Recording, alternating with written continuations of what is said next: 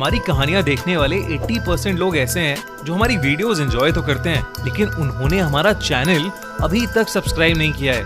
अगर आप उन 80% लोगों में से हैं, तो बस आपको एक छोटा सा काम करना है। इस वीडियो के नीचे आपको एक सब्सक्राइब बटन दिख रहा होगा, बस उस सब्सक्राइब बटन को दबाना है। बस इतना सा काम करना है आपको, और लगे हाथों बेल आइकन भी प्रेस कर देना, ताकि हमारी लेटेस्ट वीडियो आते ही आपको सबसे पहले पता चले। आज की कहानी परमात्मा की लाठी बरसात जोरों से हो रही थी और इस भारी बरसात में एक साधु अपनी मस्ती में राधे राधे करते हुए चले जा रहा था। कुछ दूर चलने के बाद साधु ने एक मिठाई की दुकान देखी। साधु ने देखा कि मिठाई की दुकान पर एक कढ़ाई में दूध उबाला जा रहा था तो दूसरे कढ़ाई में गर्मागर्म जलेबी। साधु को यह सब देखकर रहा न गया। शायद से भूख भी लगी थी, इसलिए दुकान पर जाकर उसने दुकानदार से जलेबी और दूध पीने की इच्छा जाहिर की। दुकानदार भी नेक था, इसलिए एक दोना में जलेबी और एक गिलास दूध पीने के लिए दे दिया।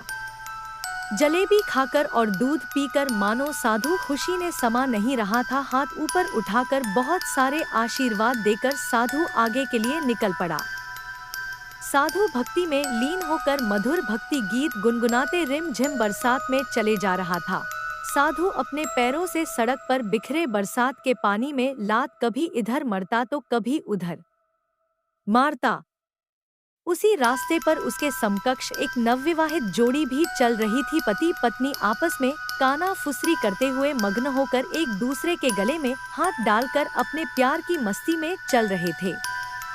साधु ने इस बार पानी में लात मारा ही था कि बारिश का कुछ पानी उस औरत पर, नवविवाहित जोड़ो, जा गिरा। अब क्या साधु कुछ बोलता, इसके पहले ही पति ने झल्लाते हुए उस साधु पर दो हूल जमा दिया। देख कर चल नहीं सकता, अंधा है, कहते हुए फिर दो लात चलाए और साधु नीचे जमीन पर गिर गया। वहां और भी कई लोग एकत्रित हो गए, लेकिन किसी की हिम्मत नहीं हुई कि उस युवक को रोक सके। अंततः पत्नी को आगे आना पड़ा और हालात को काबू में करना पड़ा। पति पत्नी आगे बढ़ गए। जमीन पर गिरे हुए साधु को किसी ने सहारा देकर उठाया। साधु फिर अपनी मस्ती में चलने लगा। दूसरी तरफ वह दंपति आगे चलते हुए अपने मंजिल के करीब पहुंच चुके थे।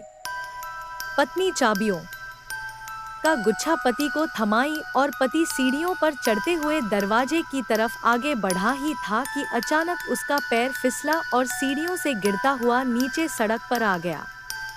यह सब देखते हुए पत्नी जोर से चिल्लाई और लोगों से मदद की गुहार लगाने लगी। पत्नी की आवाज सुनकर आसपास के लोग इकट्ठा हो गए, लेकिन पति को बचा नहीं पाए और उसकी मृत्यु हो गई।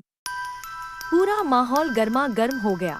पत्नी अधेर होकर गिर गई और पति के वियोग में जोर जोर से विलाप करने लगी।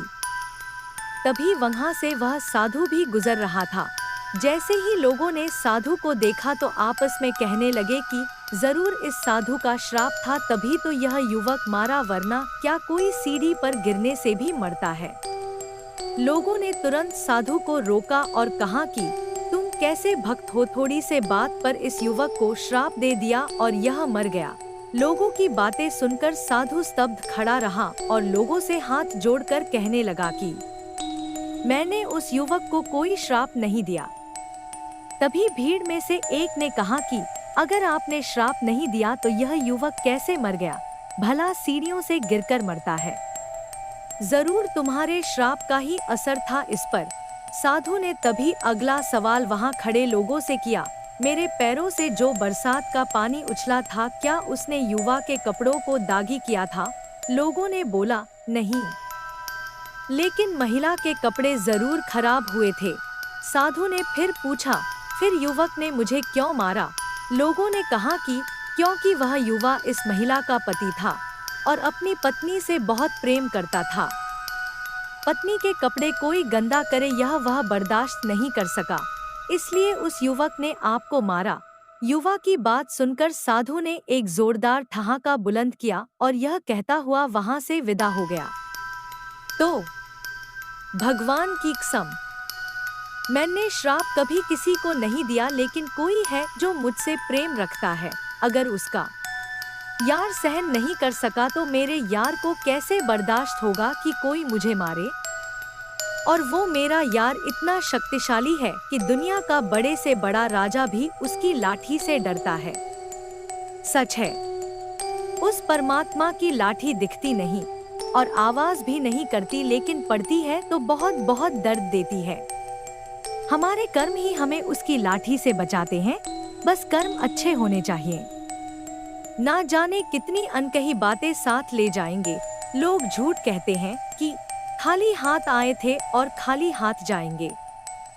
दोस्तों, यदि कहानी अच्छी लगे तो वीडियो को एक लाइक जरूर कर दीजिएगा और ऐसे ही मजेदार कहानियों के लिए आज ही हमारे चैनल को सब्सक्राइब कर लें और बेल आइकॉन प्रेस करना बिल्कुल न भूलें।